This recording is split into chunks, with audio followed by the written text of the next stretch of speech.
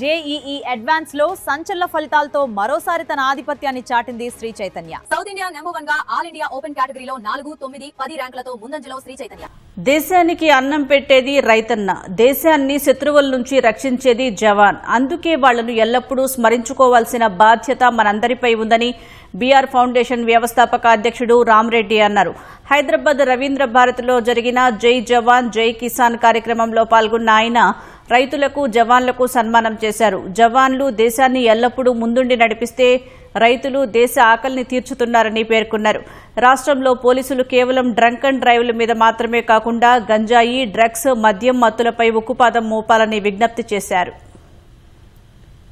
కావచ్చు, outer ring road కావచ్చు, జిల్లా పరిషత్ రోడ్డు కావచ్చు, ఆర్ఎన్బి రోడ్డు కావచ్చు, నేషనల్ హైవేస్ కావచ్చు, ఎక్కడైనా ఈ 4 రకాల మత్తుల వల్ల అంటే డ్రగ్స్, గంజాయి, మద్యం మత్తు ఏ వాహనం కూడా ఏ మత్తులో వచ్చినా కూడా వాళ్ళు నడపనీయకుండా కఠినంగా చర్యలు తీసుకుంటారని చెప్పి మరి ఈ 4 రకాల మత్తులకు కూడా గుర్తించే ఎక్విప్మెంట్ కూడా వచ్చింది మార్కెట్లో. కాబట్టి ఖచ్చితంగా దీని మీద చర్యలు తీసుకుంటారని చెప్పి రాష్ట్ర ముఖ్యమంత్రి వర్యులు మరి రేవంత్ రెడ్డి గారు పదే చెప్తా ఉన్నారు. బాగా నిజంగా చాలా సంతోషం.